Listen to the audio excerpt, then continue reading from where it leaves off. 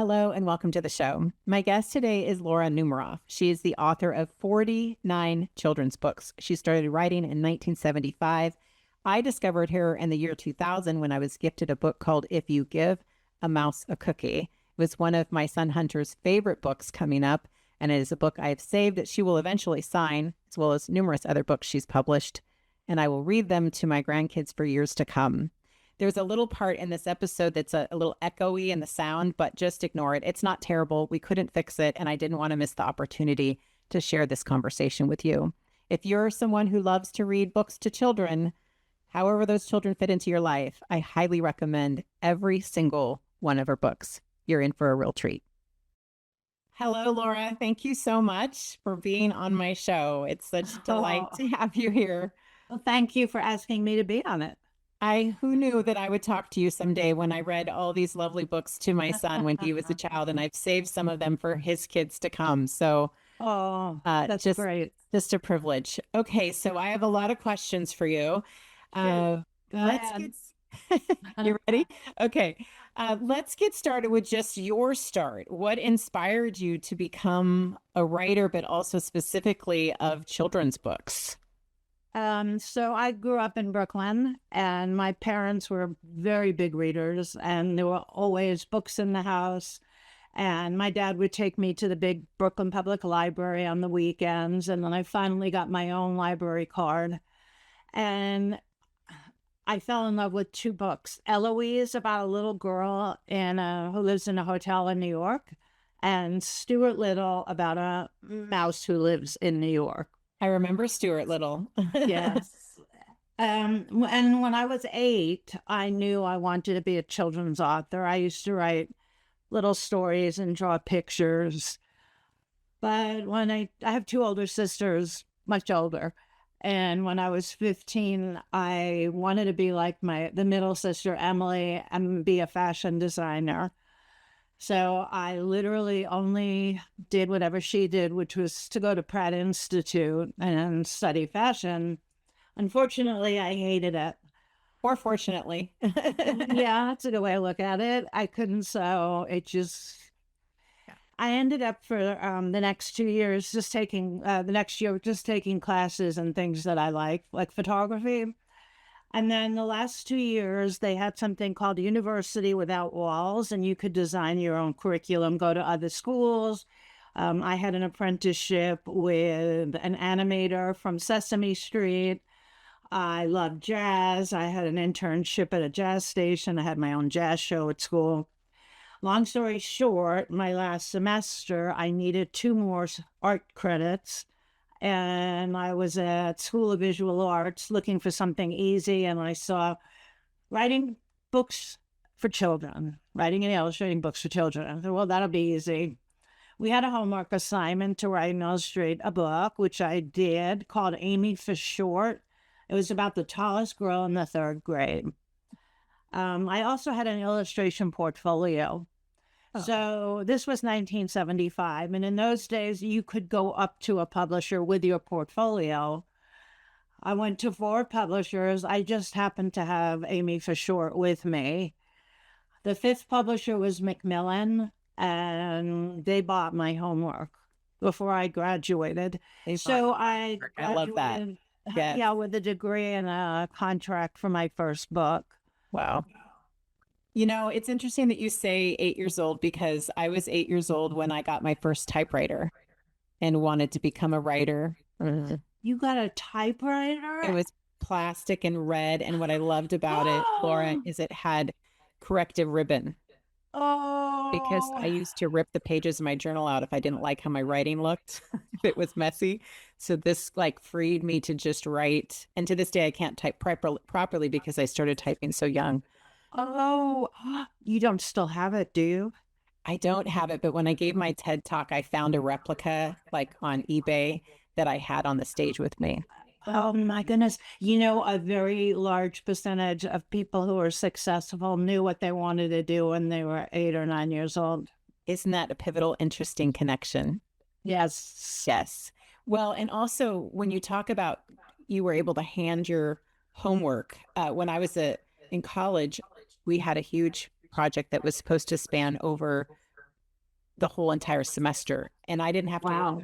I had my first 3 chapters of my first book from my book proposal ready, and I was able to just hand it over. And I was taking a principles of publishing class from a professor who hadn't been published, but I got my book deal the single semester. So I've never heard that from any other writer. Yeah, and think about this. The question I have for you, this happened to you in 1975. Would you have the possibility of the success you have today in today's world? Of selling it? Yeah, if this was now and you were wanting to start your career, how hard would that be compared to what it was back then? Close to impossible, because I'm still getting rejected. I got a couple of rejections last week. The market's much tougher. A lot of people are doing self-publishing. Yeah. And the rejection, talking about that for people who want to become writers, I think it was 22 rejections I got for my first book. And it was a rejection letter that referred me to another publisher, to my agent, to another publisher that got the deal done. Wait, you had an agent? I did with my first book. How did you get an agent with no... Well, we're going to go back and forth. This is great. I had read a book called The Shortest Distance Between You and a Published Book. And I called up the writer and she referred me to an agent. The agent said, "No way, you're not ready. Here's a list of things you need to do." She thought she'd never hear from me again. I did everything on the list, called her 6 months later, and she signed me that day. I tried to get an agent, I think it was a year and a half ago, and I got rejected by 4 agents. Which is incredible because you have this body of work. You just released your 49th book. So what you did is amazing. Well, look at you. I just a conversation. I could talk to you. I already know I could talk to you for hours and hours. I know. Let's take a break and we're going to come back and we're going to talk about those next steps to having the success that you've had. And it's just a delight to have you here, Laura. We'll be back in just a moment.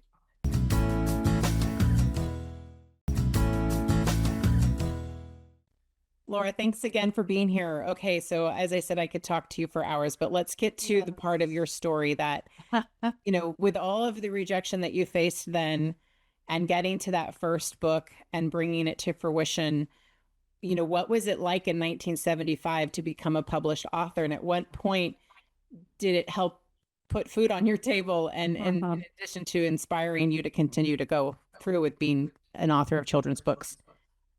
Well, in those days, it was a lot easier than it is now. I was beyond excited. I remember I got $500 and I was doing the illustration. So that was it. But for me at that point, that was a lot of money. Publishing didn't put food on my table for years. I just didn't eat for like 6 years now. I've been fired from so many part-time jobs. Well, the good thing was, what happened after that book was bought by Macmillan. They bought my next book, and then that editor went to another publisher, and I did a book with her. So I had 9 books that I sold and illustrated within the first couple of years. But I have had a ton of part-time jobs, classic waitress, receptionist. I've been fired from a lot of them. My parents were very supportive and lent me some money for rent, which I eventually was able to pay back. So If You Give a Mouse a Cookie was my 10th book. That one was rejected 9 times. Wow. Yeah.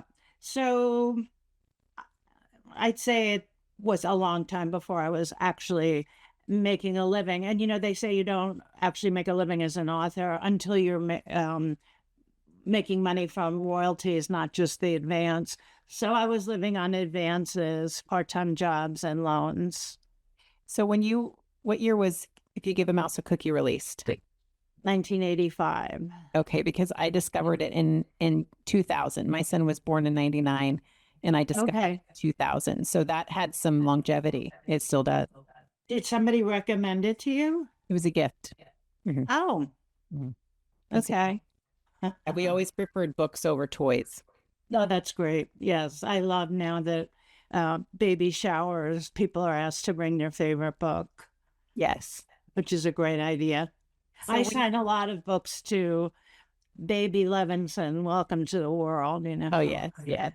You're how I came to know you is one of my good friends and you work together. And she was telling me about you, and I'm like, no way, give a mouse a cookie lady, or let's she you know her. And so I'm like, please introduce us. And so my intention is to visit her at some point and bring you a whole bunch of books to sign. Oh, yeah, I have a guest wing. Oh, yay. You ever want to come to LA and hang out with me and Kelly? 100%. And so now, you've made that living. You are a successful published author, 49 books in since 1975.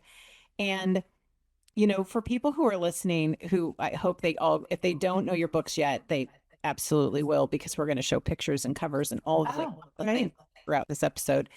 And so, for people who aspire, I know it's harder these days, but it's still not impossible. And I feel like my first book we talked about was I had an agented route the whole traditional way.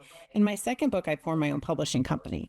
Oh, There's just ways to do things. yes. I really want to do them. Oh, absolutely. There's always ways to do a lot of different things. It is harder, but it's still possible. I mean, the first night I took that class in writing children's books, the teacher said, it's really hard to get a book published. Yeah. But, obviously it's not impossible. Otherwise we'd run out of books. There would be no more books coming out. I think that, first of all, if it's possible, I highly recommend somebody interested in writing anything, not just children's books, but a class in college. There are some really good classes online. Mm-hmm. Yeah.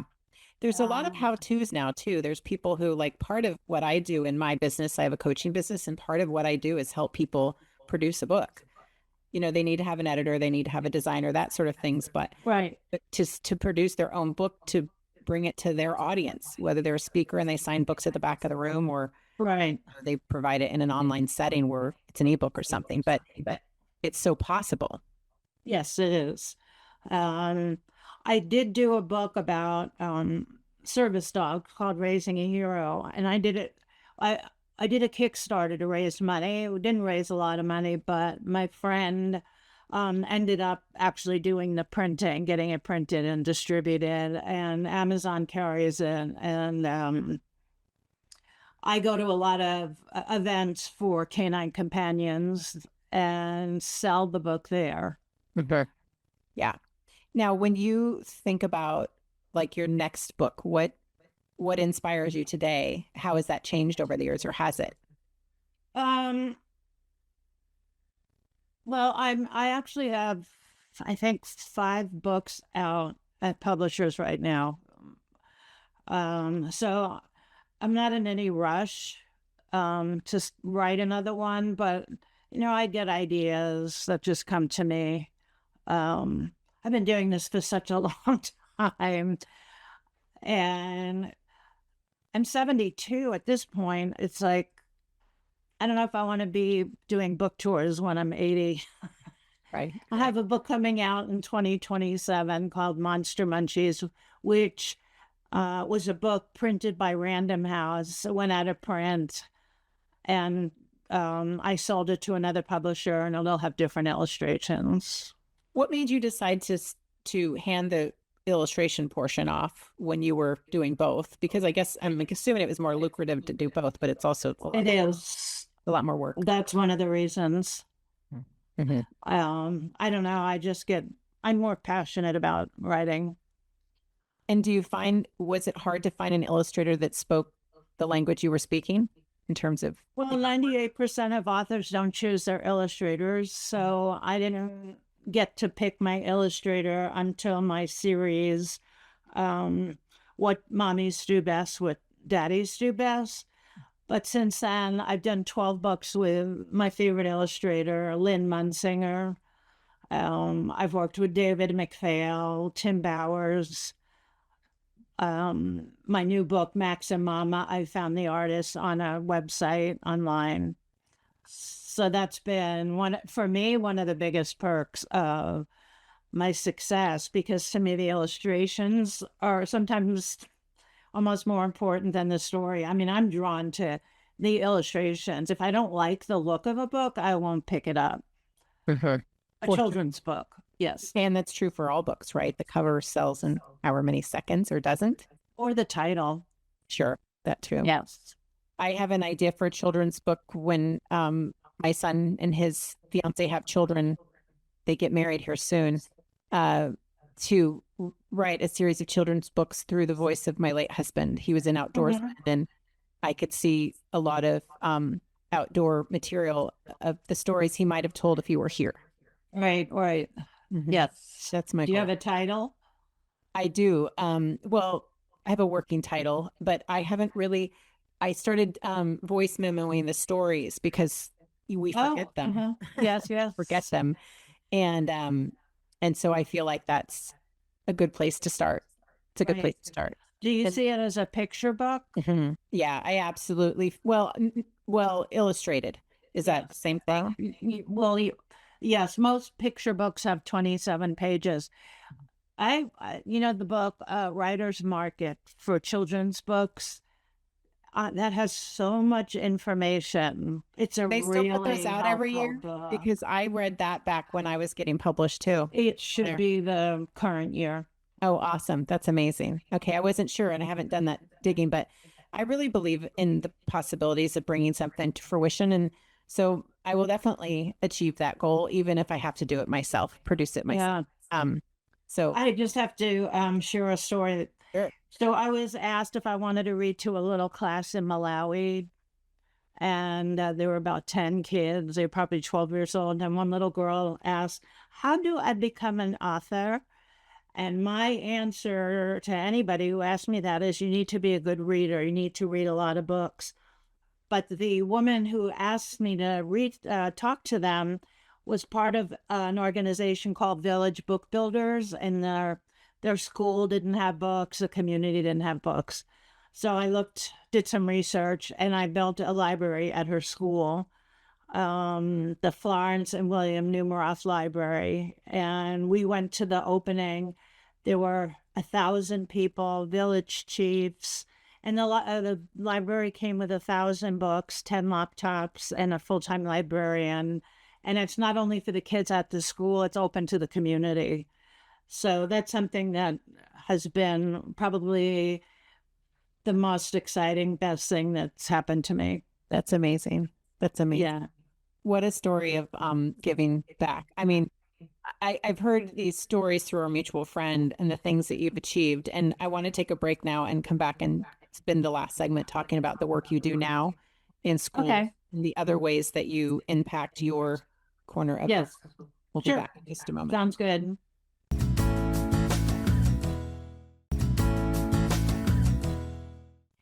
Laura, it's been such a pleasure to talk with you. In this last segment, I want people to know the work you're still doing outside of children's books and how they can even have you in their own school.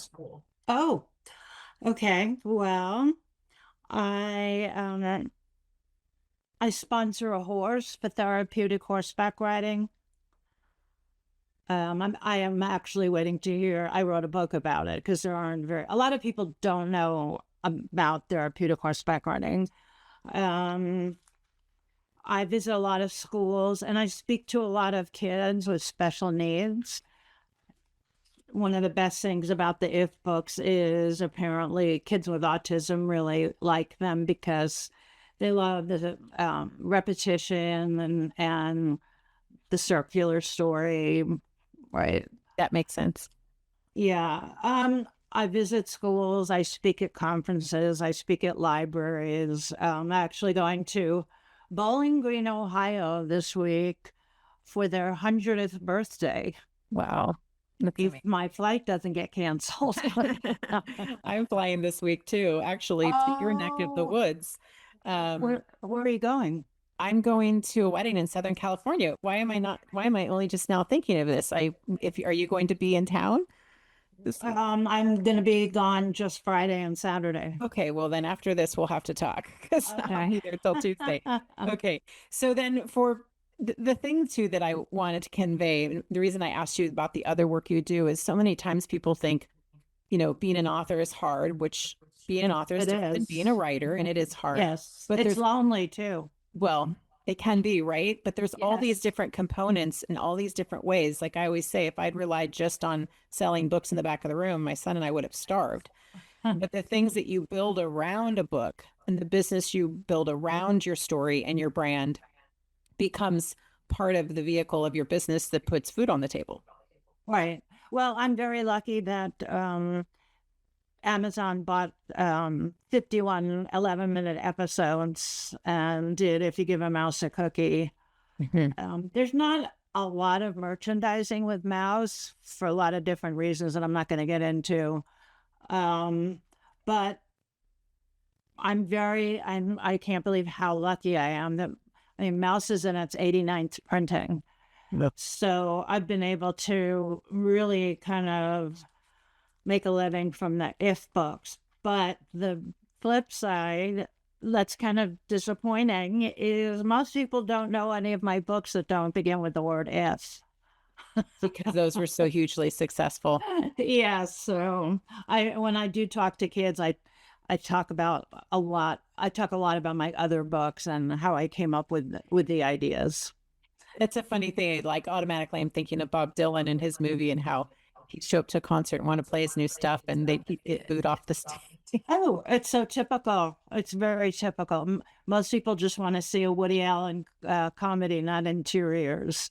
Right. Exactly. Well, and I mean, I guess it's a good and a not so good problem to have. They love something so much that's helped you continue to do the work you do, but you won't be able to know there's other work too. Well, it enabled me to build that library. Exactly. Well, true. Very true. Well, I am just, I feel like, as I said, well, I will get to talk to you more because we're going to become great friends. And I'm going to get to learn more about you. And I'm just so excited by your story and your success and the way you give back. And I'll be reading your books to my grandchildren for years to come, and to have some of them signed would just be an extra delight. My pleasure. I'll sign any books. Okay, I'll bring some. I might bring some this week. I better get to the bookstore and bring some. So you'll need to tell me where you're going when you're finished with this. Okay, we'll stay on. Don't go anywhere. Thank you so much for being here. My pleasure. Take care.